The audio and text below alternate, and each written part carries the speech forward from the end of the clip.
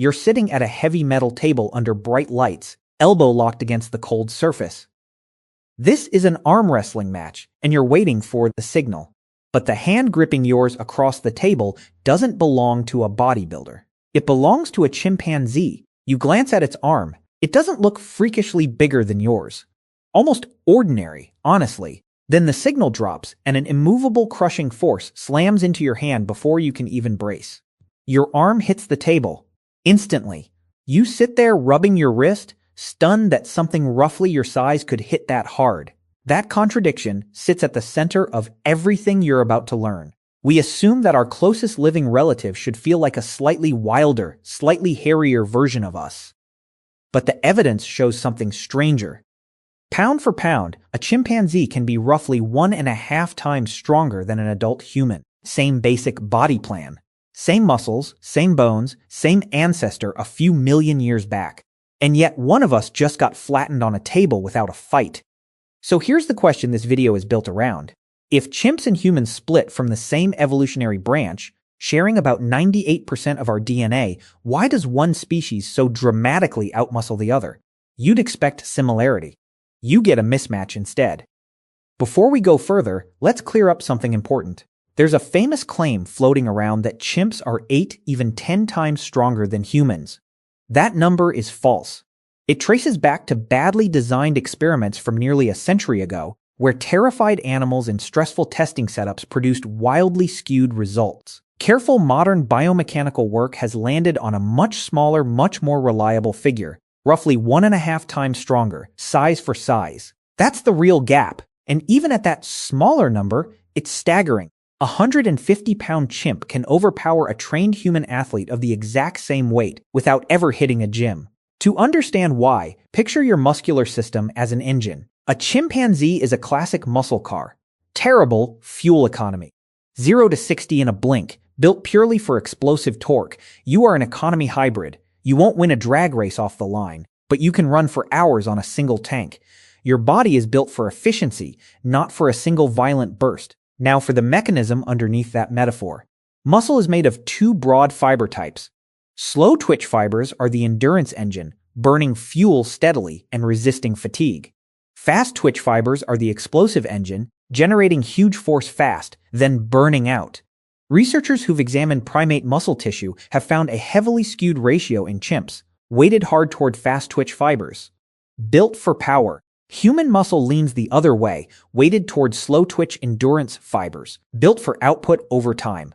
This split isn't unique to chimps and humans. It shows up across the primate family as a whole. Species built for climbing and swinging through a canopy, gorillas, orangutans, gibbons, all trend toward a higher share of fast-twitch tissue.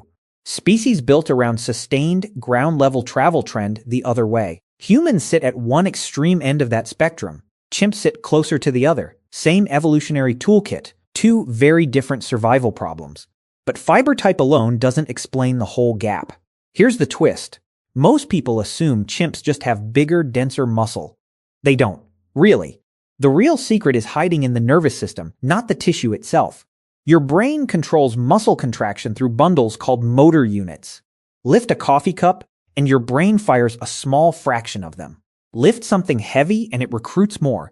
But here's the catch. Your nervous system deliberately holds a portion back, no matter how hard you try. It's a built-in safety switch. Fire every motor unit at once, at full intensity, and the force generated could tear your own tendons off the bone. Your body protects you from your own strength. Chimps run on a looser rulebook. Their nervous system permits a much higher percentage of motor units to fire simultaneously. When a wild chimp yanks a branch or strikes at a threat, it unleashes a far larger share of its available muscle fibers in one uninhibited wave. Less internal braking, more raw output right now. There's a skeletal piece to this too. Chimp muscle attachment points sit slightly further from the joint than the equivalent points on a human limb, an arrangement built for climbing and swinging through a canopy. In physics terms, that's leverage. A chimp's arm works more like a crowbar than a lever arm tuned for balance. Even with identical muscle mass, that bone geometry alone would hand a chimp more pulling force.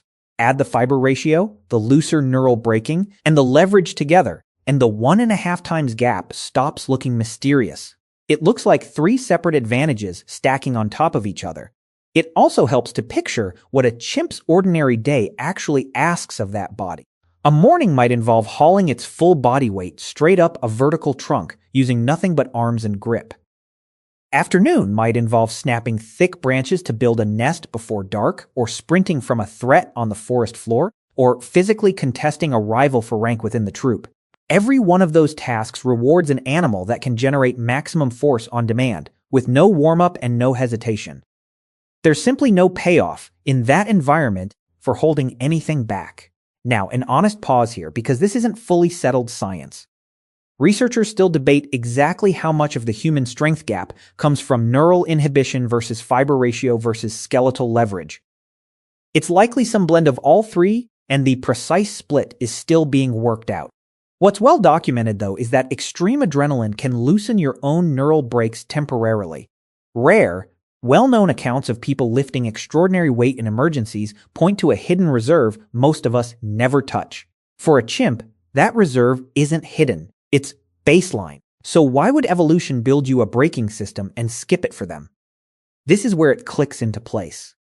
A chimp's daily life rewards short, violent bursts, hauling its whole body up a trunk, snapping branches, sprinting from a threat, dominating a rival, sometimes all within the same hour. There's no advantage in holding back if holding back gets you outcompeted.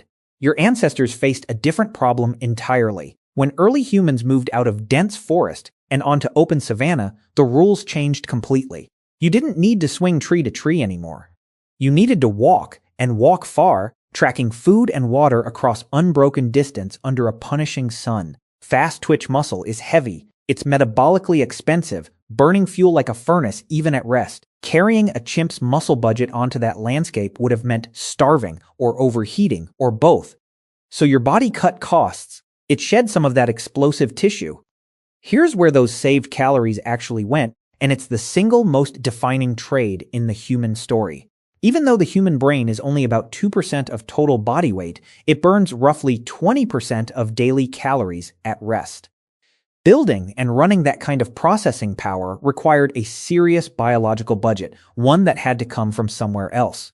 Muscle tissue was the obvious place to cut, because fast-twitch fiber in particular is expensive to maintain even when it's doing nothing at all. So the budget shifted. Raw muscle power got downgraded, and the savings got funneled upward into a brain capable of language, planning, and tool design. You traded strength for intelligence, quite literally, calorie for calorie. This trade shows up early too, long before adulthood. Human infants develop unusually slowly compared to a chimp, taking years longer to reach physical maturity. That extended childhood isn't dead time. It's an extended calibration period. One where the nervous system is busy learning exactly how much force any given task requires, sharpening the very restraint that keeps human muscle from overshooting. A chimp matures faster and never needs that long tuning process because raw output was always the goal, not fine control. Two different developmental clocks, built around two different definitions of success. It's easy to look at all this and feel like the weaker cousin. Don't. That's actually a misreading of what your body is built for. While a chimp would flatten you in a wrestling match or a short sprint without effort, you would leave it in the dust over distance. Thanks to a body dominated by slow twitch fiber, an upright posture that limits direct sun exposure, and a hairless, sweat-covered skin built for cooling, you can jog for hours. A chimp overheats trying to keep pace, since its thick coat and different sweat glands trap heat instead of shedding it. Some anthropologists studying early human behavior have proposed that this exact gap is what made a certain hunting strategy possible in the first place. Early humans likely didn't catch fast prey by outrunning it in a sprint. They caught it by tracking it for hours under open sun, never letting it fully recover, until the animal simply collapsed from heat exhaustion long before any human runner did. Persistence, not speed and not brute force, was the real weapon. That same neural restraint we talked about earlier isn't just a safety mechanism. It's the reason you can do delicate work at all. A chimp's nervous system is wired for grabbing, tearing, crushing, blunt force, full stop.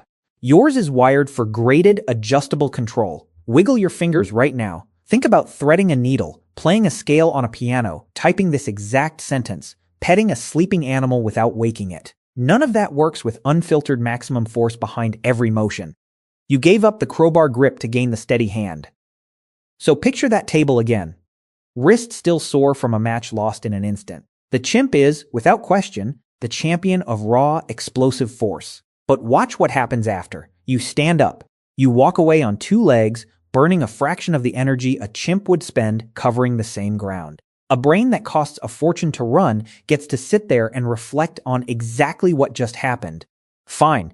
Restrained fingers open the door, start the car, and drive home. The chimp keeps the ultimate fast-twitch engine. You keep the ultimate endurance and precision machine. You didn't lose that trade. You won a completely different one. Here's a question worth sitting with after this ends. If you could keep every advantage you have now and add just one physical trait from another animal, strength, speed, senses, anything, what would you pick and why? Tell me in the comments. I want to hear your answer.